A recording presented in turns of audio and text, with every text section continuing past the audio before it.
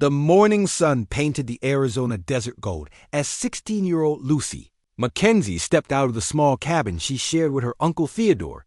The air was already warm, promising another scorching day ahead. She pulled her warm bonnet tight and headed toward the chicken coop, just like she had every morning for the past 2 years. Lucy had learned to find peace in these quiet moments before the day began. The chickens clucked softly as she scattered grain, and she whispered gentle words to them. These simple creatures had become her friends in this lonely place, far from any neighbors or town. Her life hadn't always been this isolated. 2 years ago, she lived with her parents in a bustling frontier town where her father ran a successful general store. Her mother taught her to read and write, skills that were rare for girls on the frontier. They had dreams of expanding their business and maybe even moving to California someday. But then the sickness came. Cholera swept through their town like wildfire, taking her parents within days of each other. Lucy could still remember holding her mother's hand as she whispered her final words. The papers in the strongbox. Lucy, don't let anyone take what's rightfully yours. Uncle Theodore had arrived for the funeral, dressed in his best clothes and speaking kind words about family duty. He was her father's younger brother, though Lucy barely knew him. He lived alone on a remote ranch, making a living trading horses and cattle. When he offered to take her in, she had no choice but to accept. At first, Theodore seemed genuinely caring. He gave her a room in his cabin and put her to work around the ranch. Lucy didn't mind the hard work. Feeding animals, mending fences, and cooking meals kept her busy and helped quiet the grief that threatened to overwhelm her. But as months passed, she noticed changes in her uncle's behavior. He would disappear for days at a time on mysterious business trips, returning with small amounts of money and a sour mood. He started asking strange questions about her father's affairs, about papers and documents she might know about. Lucy remembered her mother's words about the strongbox, but she had never found it among her parents' belongings that Theodore had brought from town. When she asked about it, he claimed he had never seen such a thing. His eyes shifted away when he said it, and Lucy felt a cold knot form in her stomach. The truth began to reveal itself 6 months ago when Lucy overheard Theodore talking to a man named Garrett in hushed tones behind the barn. They spoke of mineral rights, of valuable deposits, and of money that could change a man's life forever. When they noticed Lucy approaching, they quickly changed the subject to talk about weather and cattle prices. That night, Lucy lay awake thinking about the conversation. She began to piece together fragments of memories from her childhood. Her father had often spoken with excitement about potential mining claims, about land that might hold more value than anyone realized. She remembered him saying that proper legal papers were everything in such matters.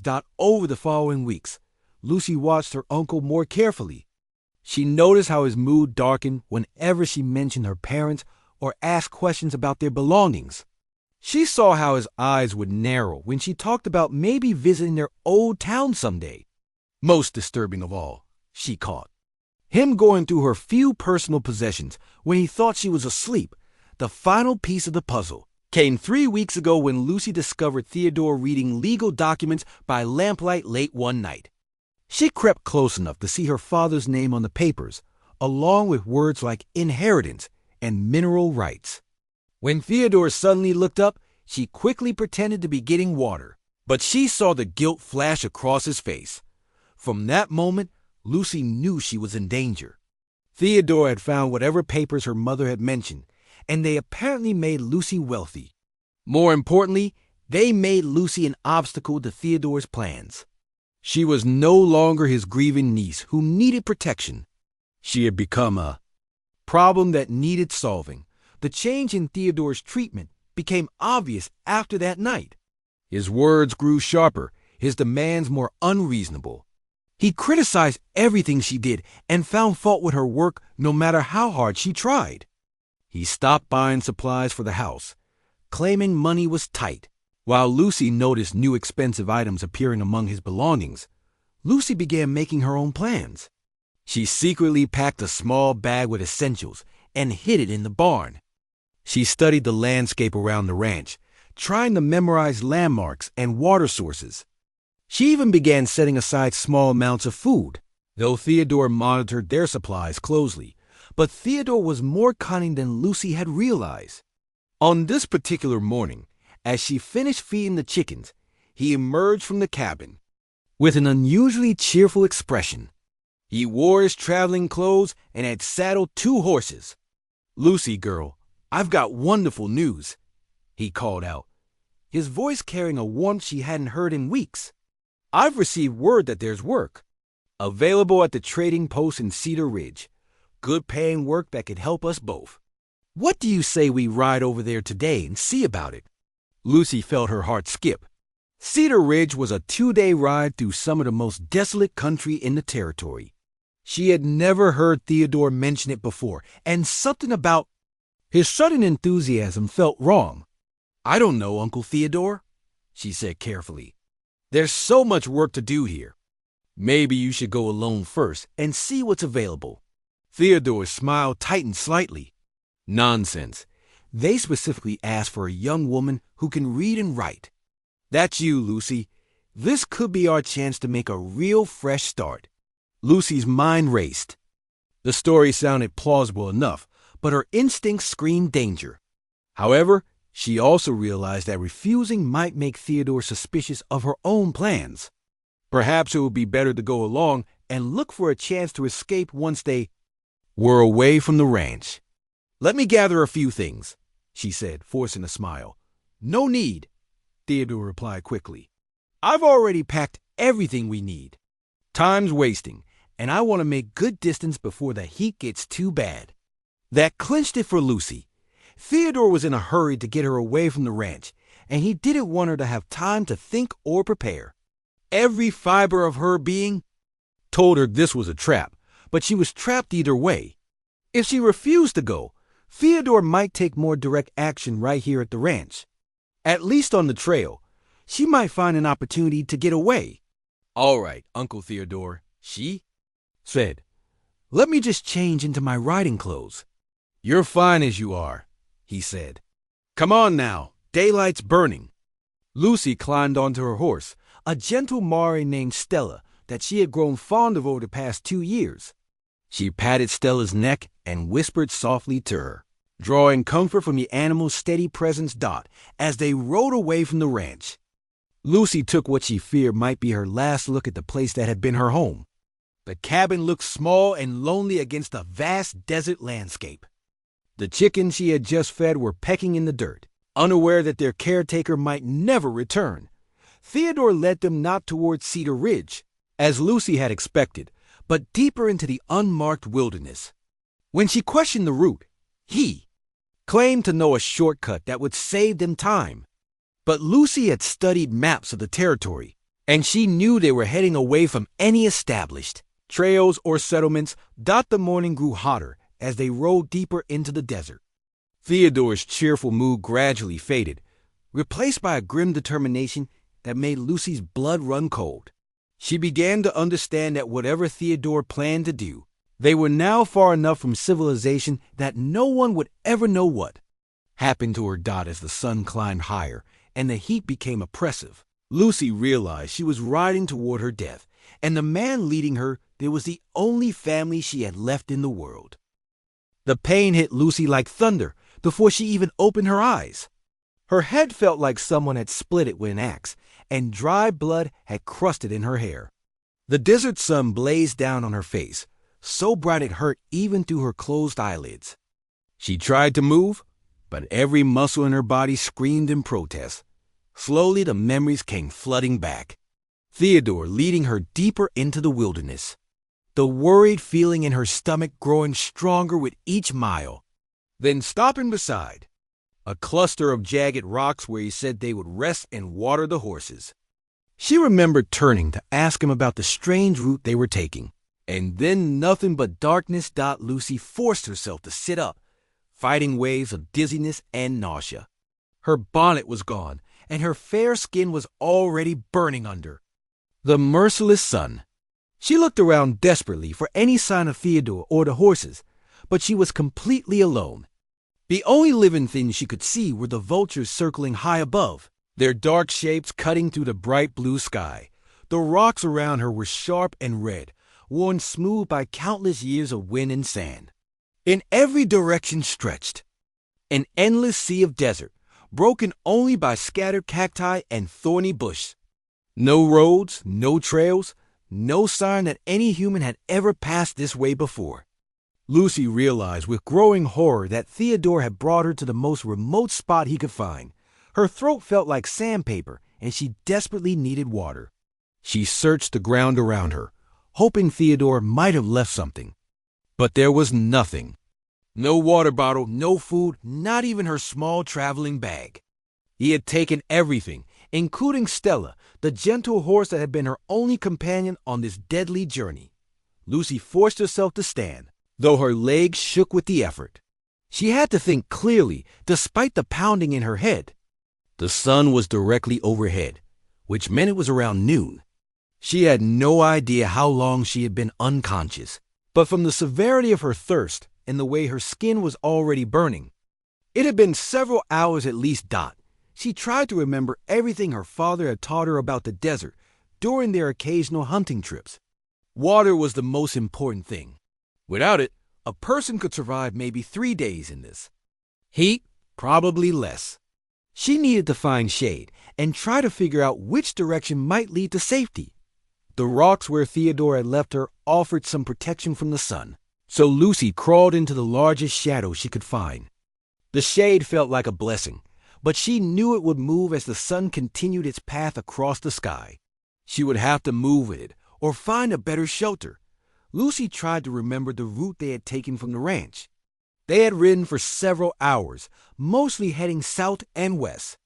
But the desert all looked the same to her, and she had no way of knowing exactly where she was or which direction would take her back to civilization. The smart thing would have been to stay put and wait for rescue, but Lucy knew no rescue was coming. Theodore had planned this carefully. He would return to the ranch and tell anyone who asked that Lucy had run away, maybe even that she had stolen one of his horses. Who would doubt the word of a grieving uncle over the actions of a troubled young woman? By evening, when the sun finally began to sink toward the horizon, Lucy had made her decision. She would have to try to walk out of this desert, even though the odds were against her. Staying in one place meant certain death, while walking at least gave her a small chance. As darkness fell, the temperature dropped dramatically. Lucy hadn't expected how cold the desert could become at night. She huddled between the rocks, shivering in her thin cotton dress, trying to conserve what little strength she had left. The stars came out in brilliant clusters, more beautiful than she had ever seen, but their beauty felt cruel under her desperate circumstances. Sleep came in brief, fitful patches. Every sound made her jump, from the rustle of small animals in the brush to the distant howl of coyotes. Lucy had never been alone in the wilderness before, and every shadow seemed to hide danger she couldn't imagine. When dawn finally came, Lucy was surprised to find tiny drops of moisture on some of the plants around her. Dew. She remembered her father mentioning that even in the desert, the cool night air sometimes left moisture behind. Using her fingers, she carefully collected every drop she could find, though it amounted to barely a mouthful of precious water. The second day began with Lucy forcing herself to start walking. She chose to head northeast, hoping it would take her back toward the general area of Theodore's ranch, or maybe toward one of the main trails that connected the scattered settlements. The morning was still cool, so she made good progress across the sandy ground. But as the sun climbed higher, the heat became unbearable. Lucy had to stop frequently to rest in whatever shade she could find. Her water supply from the morning dew was already gone, and her tongue felt thick and swollen in her mouth. The empty water bottle from her belt seemed to mock her with its USELESSNESS. By midday, Lucy was stumbling more than walking. The desert floor was covered with loose rocks and hidden holes that caught her feet. She fell several times, scraping her hands and knees on the sharp stones. Her dress, already torn from the thorny bush, offered little protection from the sun or the rough terrain. The afternoon brought new torments. Lucy began to see things that weren't there. Shimmering pools of water appeared in the distance, only to vanish when she struggled toward them. She thought she heard voices calling her name, but when she looked around, there was nothing but empty desert dot. As the second night fell, Lucy found herself beside a scraggly mesquite bush that offered minimal shelter. She was weaker now, and the cold seemed to cut through her bones. She tried to stay awake, afraid that if she fell asleep, she might never wake up again. The third day was when Lucy truly began to accept that she was going to die in this desert. She could barely stand much, less walk. Her lips were cracked and bleeding, and her tongue had swollen so much she could hardly swallow. The sun felt like it was burning her from the inside out. Lucy had heard that people sometimes went crazy from thirst before they died, and she wondered if that was happening to her. She found herself talking to her parents as if they were sitting beside her. She told them about Theodore's betrayal and asked them to forgive her for not being strong enough to survive. The vultures that had been circling since the first day were getting braver now, landing on nearby rocks and watching her with their cold, patient eyes. Lucy tried to shoo them away, but she barely had the strength to lift her arms. She understood that they were simply waiting for nature to take its course. On what she believed would be her final afternoon, Lucy crawled toward a small desert willow tree that offered a patch of shade. The tree wasn't much, just a few twisted branches and some sparse leaves, but it was the best shelter she had found in 3 days. She settled herself against the trunk and closed her eyes, ready to let go of her struggle. That's when she heard it. The sound was so faint at first that she thought it was another hallucination. But it grew steadily louder and more distinct. Hoofbeats. Someone was riding toward her across the desert floor. Lucy tried to call out, but no sound came from her parched throat. She tried to wave, but her arms wouldn't obey her commands. As the sound grew closer, Lucy used the last of her strength to lift her head. Through the heat waves shimmering off the desert floor, she could make out the shape of a horse and rider approaching. Whether it was rescue or just another cruel trick of her dying mind, she couldn't tell. But for the first time in 3 days, Lucy Mackenzie felt the smallest spark of hope flicker in her heart. The rider who approached through the desert heat was unlike anyone Lucy had ever seen. He sat tall on his painted horse, moving with the confidence of someone who belonged in this harsh landscape. His long black hair was tied back with a leather cord, and his dark skin showed no signs of the sun damage that had left Lucy burned raw. He wore simple leather clothing that seemed practical for desert travel, and a bow was slung across his back. When he first spotted Lucy collapsed beneath the willow tree, the Apache warrior named Ayana pulled his horse to a stop. He had been tracking a small herd of deer when the circling vultures caught his attention. In his experience, vultures gathered for only one reason, and he expected to find the remains of some desert animal. Instead, he discovered a young white woman barely clinging to life. Ayana studied the scene carefully. The girl was clearly dying from thirst and exposure. Her fair skin was blistered and peeling, her lips cracked and bleeding. She wore the simple dress of a frontier settler, torn and dirty from days in the desert. Most telling of all, she was completely alone, with no horse, no supplies, and no logical reason for being in this remote location. For a moment, Ayana hesitated. The relationship between his people and white settlers was complicated and often violent. Many Apache had been killed by white soldiers and settlers who saw them as nothing more than obstacles to be removed. In return, many whites had died in raids and conflicts that seemed to grow worse each year. Helping this girl could bring trouble to his tribe if anyone discovered what he had done. But as Ayana looked at Lucy's desperate condition, his natural compassion overcame his caution. She was just a child, barely more than 16 years old, and she was dying. Whatever had brought her to this place, she didn't deserve to perish alone in the desert. He dismounted and approached her carefully. Lucy's eyes fluttered open as Ayana knelt beside her. Through her delirium, she saw a face that should have frightened her. Everything she had been taught about Apache warriors suggested she should. Fear for her life. But something in his dark eyes showed concern rather than threat. When he lifted a water pouch to her lips, she drank greedily, too desperate to care about anything except the blessed relief of moisture. "Easy," Ayanna said, softly in English, though his accent was thick. "Too much water make you sick." Lucy tried to speak, to thank him, but only a croaking sound came from her throat. Ayanna helped her drink small sips of water, waiting between each one to let her body adjust. He had seen people die from drinking too much water too quickly after. Severe dehydration, and he was determined not to let that happen to this girl Dot. As Lucy's condition stabilized slightly, Ayanna faced a difficult decision. She was too weak to travel far, and the open desert was no place for recovery. But he knew of a hidden spring about an hour's ride away, a place his people had used for generations during hunting trips.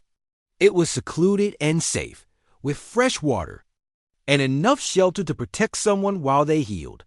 Ayanna carefully lifted Lucy onto his horse, supporting her weight as they rode toward the secret spring. She drifted in and out of consciousness during the journey, sometimes mumbling words he couldn't understand. He could feel how thin she had become, how the desert had already begun to claim her life. The hidden spring was tucked away in a narrow canyon, invisible from the main desert floor. Ancient cottonwood trees grew around the water source, their leaves providing blessed shade. Ayanna had discovered this place as a boy, and it had always felt like a sanctuary to him. If anywhere could heal this dying girl, it would be here. For the next several days, Ayanna became Lucy's constant caretaker. He built a small shelter from branches and his own blanket, creating a cool space where she could rest. He gathered medicinal plants that his grandmother had taught him to recognize, making healing teas and poultices for her burned skin. Most importantly, he made sure she had constant access to clean, fresh water. Lucy's recovery was slow and painful. The first day, she could barely stay awake for more than a few minutes at a time. Her body was fighting to repair the damage from 3 days of dehydration and exposure. Ayanna fed her small amounts of water mixed with healing herbs, and he caught small fish from the spring to make nourishing broth. By the second day, Lucy was able to sit up and take notice of her surroundings. She was amazed by the beauty of the hidden canyon with its clear water and green trees. It seemed like a paradise after the harsh desert that had nearly killed her.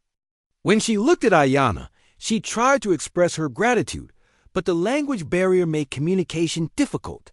"Thank you," she whispered, pointing to herself and then to him. "You saved my life." Ayanna understood her meaning, even if he didn't catch every word. He nodded and pointed to the water. "Drink," he said simply. "Rest. Get strong." As the days passed, Lucy began to piece together what had happened to her. She told Ayanna about Theodore's betrayal, using simple words and gestures to help him understand. She pointed to herself, then made a motion like someone hitting her head. She pointed to the desert and shook her head sadly, indicating that someone had left her there to die. Ayanna's expression grew dark as he understood her story. In Apache culture, family loyalty was sacred, and the idea of someone betraying their own blood relative was deeply disturbing. He had suspected that Lucy's presence in the desert wasn't accidental, but learning that her own uncle had tried to murder her filled him with anger. "Bad man," Ayanna said, his voice hard. "Family no hurt family." Lucy nodded, tears coming to her eyes. "Bad man," she agreed. "Uncle Theodore, bad man." As Lucy grew stronger, she began to learn more about her rescuer. Ayanna taught her Apache, words for water, food, and other basic needs. In return, Lucy tried to teach him more English words, scratching letters in the dirt with sticks. They discovered that learning each other's languages was a way to pass the time and build understanding. Between them, Ayanna told Lucy about his own losses.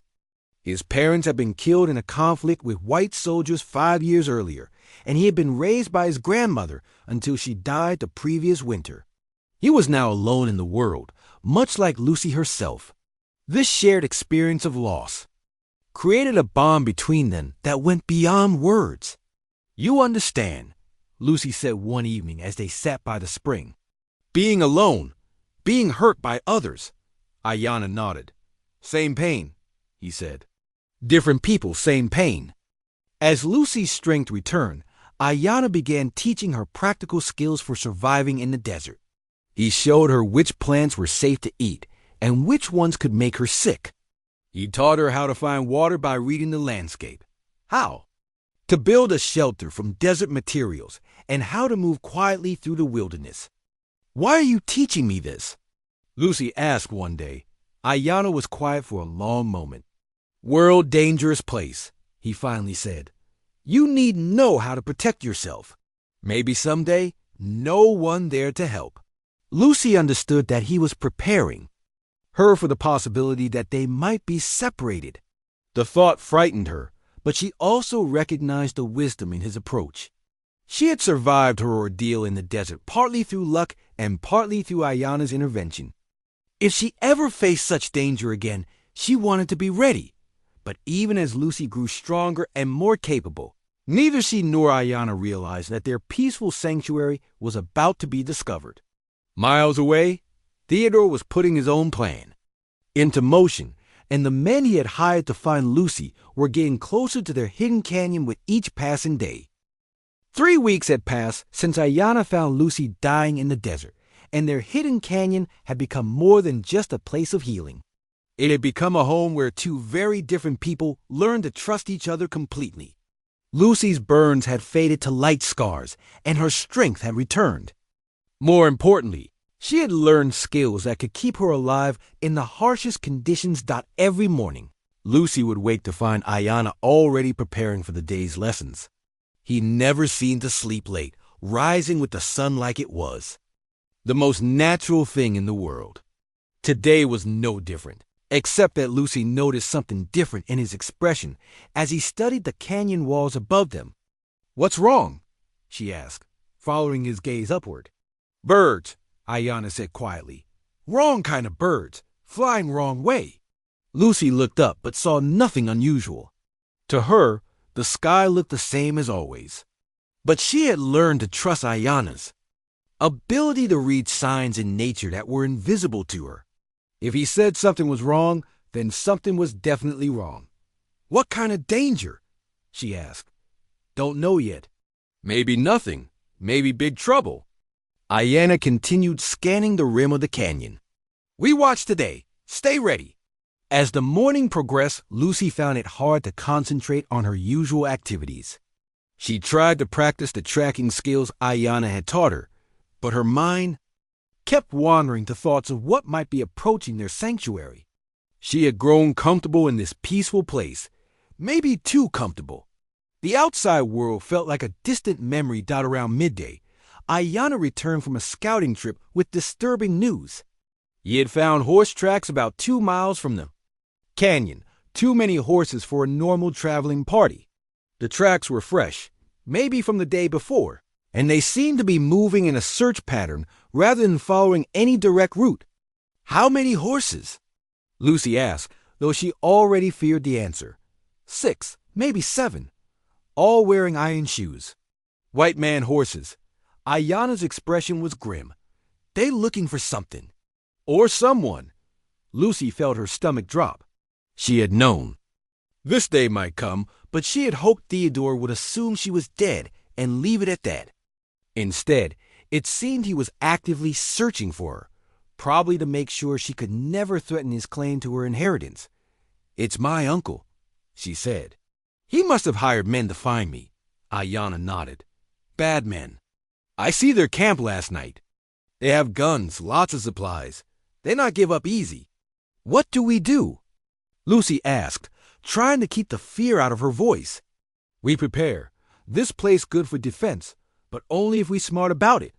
Ayanna began gathering their supplies. "First, we need to know more about these men. How many? What weapons? How they?" "Think." That afternoon, Ayanna taught Lucy a new kind of lesson. Instead of plant identification or water finding, he showed her how to move through the desert without leaving tracks. He demonstrated how to use rocks and hard ground to hide their footprints, how to disturb vegetation in ways that look natural, and how to observe without being seen. If we have to run, you need know how to disappear, he explained. Desert big place, but only if you know how to use it. As evening approached, Ayanna decided to get a closer look at the searchers' camp.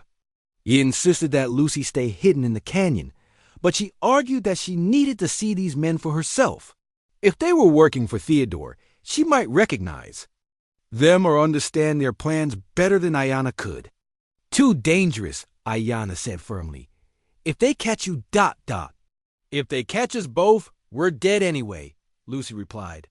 But if I can help us understand what they want or how they think, maybe we have a better chance.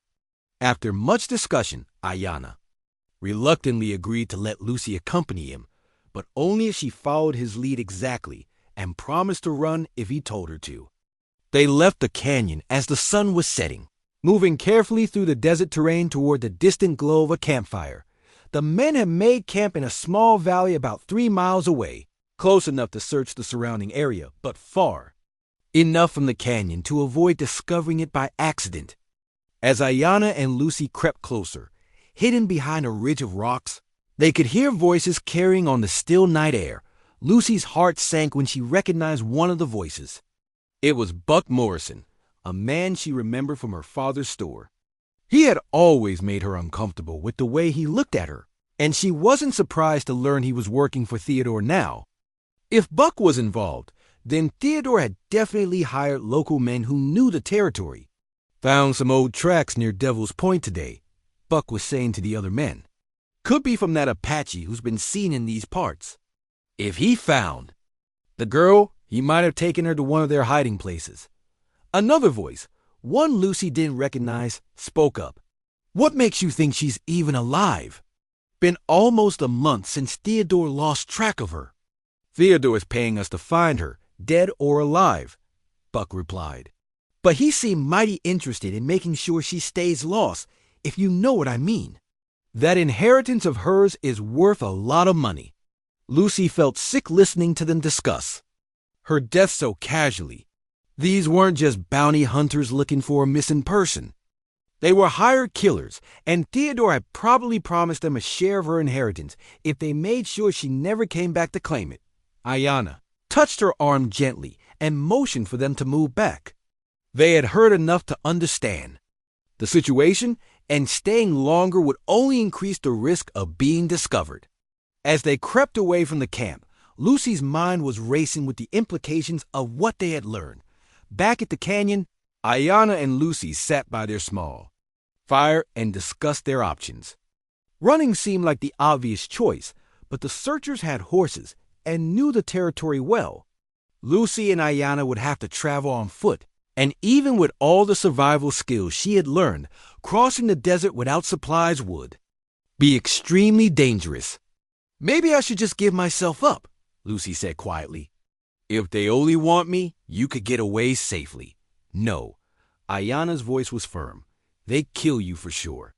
And they probably kill me too, just for helping you. We stay together. We fight together. But there are 7 of them, and they have guns. How can we possibly fight them? Ayanna smiled for the first time that day. They have guns, but they not know this place like we do. They not know desert like we do. And they think like white men, not like Apache. What do you mean? They think with anger, want quick fight. Apache think with patience. We make them come to us on our ground when we ready. Canyon has only one way in, one way out. If we control the entrance, we control everything. Lucy began to understand Ayanna's strategy. The hidden canyon that had been their sanctuary could also become a fortress. The narrow entrance would force any attackers to come at them 1 or 2 at a time, negating their advantage in numbers. The high walls would provide protection and good positions for defense. What about water and food? Lucy asked. If they surround us, we could be trapped for days. We have spring, they don't. They have to carry all their water, and desert hot. Time works for us, not them. Ayana began drawing plans in the dirt. But first, we make sure they find us. No good if they give up and go somewhere else. Over the next 2 days, Ayana and Lucy prepared their defenses while also laying a trail that would lead the searchers to their canyon. Ayana showed Lucy how to leave just enough tracks to be followed without making it too obvious. They wanted the men to think they had stumbled upon the trail by accident. They also prepared the canyon itself for a siege. Ayana positioned rocks that could be rolled down to block the entrance if necessary. They gathered extra firewood and moved their supplies to positions where they would be protected from gunfire. Most importantly, they practiced moving through the canyon quickly and quietly, so they could change positions without being seen. On the morning of the 3rd day, Lucy spotted dust clouds on the horizon. The searchers had found their trail and were following it toward the canyon. As she watched the approaching riders, Lucy felt a strange mixture of fear and determination. She was no longer the helpless girl who had been left to die in the desert. She had learned to survive, to fight, and to trust in the partnership she had built with Ayana. "You ready?" Ayana asked, checking his bow and arrows one final time. Lucy looked at the weapons they had prepared, the defensive positions they had chosen, and the determined expression on her friend's face. For the first time since this whole ordeal began, she felt like she had some control over her own fate. "I'm ready," she said, and meant it. The dust clouds grew larger as the 7 riders approached the canyon entrance. Lucy crouched behind a cluster of rocks near the top of the canyon wall, her heart pounding so loud she was sure the men below could hear it. Ayana was positioned on the opposite side, his bow ready and a pile of carefully selected stones within easy reach. Buck Morrison rode at the front of the group, studying the ground for tracks. Lucy could see him clearly now, his weathered face squinting in the bright sunlight. Behind him rode 6 other men, all armed with rifles and revolvers. They looked like the kind of rough characters who would do anything for money, and Lucy knew that Theodore had chosen them well. "Tracks lead right into this canyon," Buck called out to the others. "Fresh ones, too. They can't be more than a day old." One of the men, a tall fellow with a black beard, looked skeptical. "Could be a trap. That Apache might be smarter than we think." "Apache or not, there's only 2 of them and 7 of us," Buck replied. "Besides, Theodore's paying us good money to finish this job. I don't plan on going home empty-handed." Lucy watched as the men dismounted and began checking their weapons.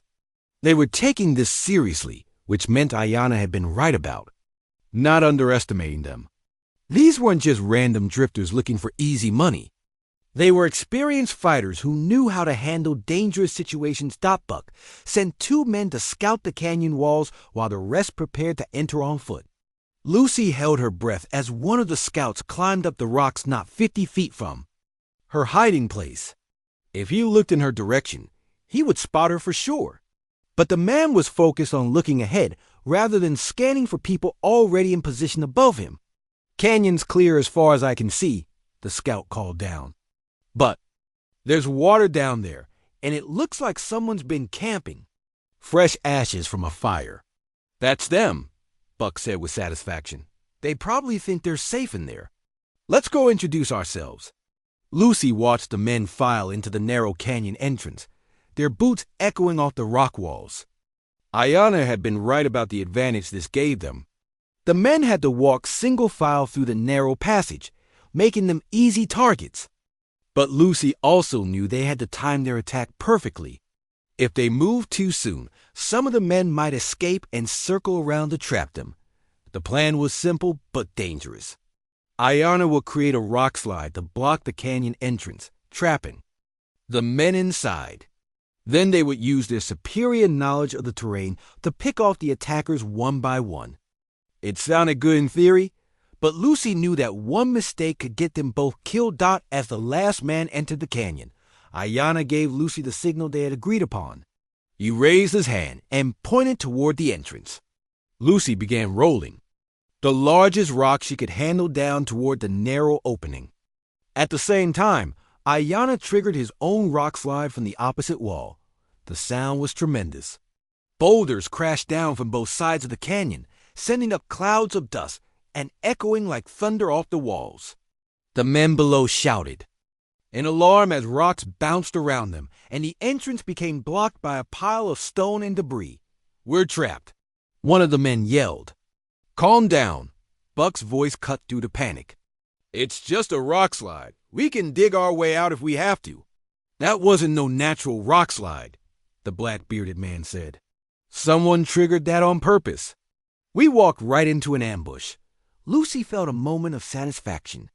The first part of their plan had worked perfectly. The men were trapped in the canyon with no easy way out. But she also knew the real fight was just beginning. Now came the dangerous part. Ayana's first arrow whistled down from his hiding place, striking one of the men in the shoulder. The wounded man cried out and dove for cover behind a large boulder. The other men immediately began scanning the canyon walls, trying to spot their attackers. "There!" Buck pointed toward Ayana's position. "On the north wall behind those rocks." Rifle. Shots cracked through the canyon as the men opened fire on Ayana's hiding place. Chips of stone flew everywhere as bullets struck the rocks around him. But Ayana had already moved to a new position, just as he had taught Lucy to do. Lucy waited for her moment. When the men were focused on where they thought Ayana was hiding, she pushed a large boulder over the edge of the canyon wall. It crashed down among them, forcing them to scatter and giving Ayana a chance to move again. The battle continued this way for what felt like hours, but was probably only 20 minutes. Lucy and Ayana would attack from one position, then quickly move to another before the men below could get a clear shot. The canyon walls provided good cover, but Lucy knew their ammunition and rocks wouldn't last forever. That's when she saw him. Theodore appeared at the blocked entrance, climbing over the rocks with surprising agility for a man his age. He carried a rifle and had the cold, determined expression of someone who had come to finish a job personally. "Lucy!" Theodore called out, his voice echoing off the canyon walls. "I know you're up there, girl. This has gone on long enough. Come down and we can settle this like family." Lucy felt anger surge through her. After everything he had done, Theodore still had the nerve to talk about family. She wanted to shout back at him, to tell him exactly what she thought of his betrayal. But Ayana had taught her that staying hidden was more important than satisfying her anger. "You can't hide forever," Theodore continued. "These men are professionals. They'll get you eventually. But if you come down now, I promise you'll die quick. Keep fighting, and I'll make sure you suffer first." The cruelty in his voice made Lucy's blood run cold. This was the man who had raised her for 2 years, who had sat at the same table and shared meals with her. Now he was promising to torture her before killing her, all for money that was rightfully hers in the first place. Buck's voice joined. "Theodore's, we found your Apache friend's position. Got him pinned down good. Won't be long before we finish him off." Lucy looked across the canyon and saw that Buck was right. Ayana was trapped behind a small cluster of rocks with nowhere to move. 3 men had positioned themselves where they could keep him under constant fire. If she didn't do something soon, they would eventually wear him down or get lucky with a shot. Without really thinking about what she was doing, Lucy stood up and began rolling rocks down toward the men threatening Ayana. Her movement exposed her position, and immediately bullets began whining off the stones around her. But her distraction worked. Ayana was able to move to better cover and send an arrow into one of his attackers. "There she is," Theodore shouted. "The little wildcat. Wants to fight. Well, let's give her a fight she won't forget." Theodore began climbing up the canyon wall toward Lucy's position. He moved with the determination of a man who had nothing left to lose. Lucy realized that all the money in the world wouldn't satisfy him now. This had become personal, and he wouldn't stop until one of them was dead. Lucy grabbed the hunting knife Ayana had given her and prepared to defend herself. She had learned a lot about survival in the past month, but she had never actually fought for her life in hand-to-hand combat. As Theodore pulled himself up onto her ledge, She saw the madness in his eyes and knew there would be no mercy. The fight was brutal and desperate. Theodore was stronger, but Lucy was younger and more agile. She managed to slash his arm with the knife, but he knocked her down and tried to strangle her with his bare hands. As darkness began to close around her vision, Lucy heard the whistle of an arrow, and suddenly Theodore's grip loosened. Ayanna's arrow had found its mark. Theodore looked down at the shaft protruding from his chest with surprise, then slowly toppled over the edge of the ledge. His scream echoed off the canyon walls until it ended with a sickening thud far below. The remaining men, seeing their leader dead and realizing they were outmatched, tried to surrender. But Buck Morrison wasn't ready to give up. He made one last, desperate attempt to climb the canyon wall and reach Lucy. Ayanna's final arrow caught him halfway up, and he fell to join Theodore at the bottom of the canyon dot when the dust finally settled. Only 2 of the original 7 men were still alive, and they were more than willing to leave the canyon and never speak of what had happened there. Lucy and Ayanna let them go, knowing that word of their deaths would only bring more trouble. As they stood together looking down at the scene of their victory, Lucy realized that her old life was truly over. She could never go back to being the innocent farm girl who had trusted her uncle. But she had gained something more valuable than the inheritance Theodore had tried to steal. She had found her own strength, and she had found a true friend who would stand by her no matter what. 3 months later, Lucy used her reclaimed inheritance to establish a trading post at the edge of the territory. Ayanna became her partner in the business, helping to build bridges between the Apache people and white settlers. Their unlikely friendship had blossomed into something deeper, proving that understanding and respect could overcome even the deepest divisions. The trading post became known as a place where all people were welcome, where disputes could be settled peacefully, and where the harsh realities of frontier life were tempered by compassion and fairness. Lucy never forgot the lessons she had learned in the desert, and she made sure that no one who came to her for help would ever be turned away.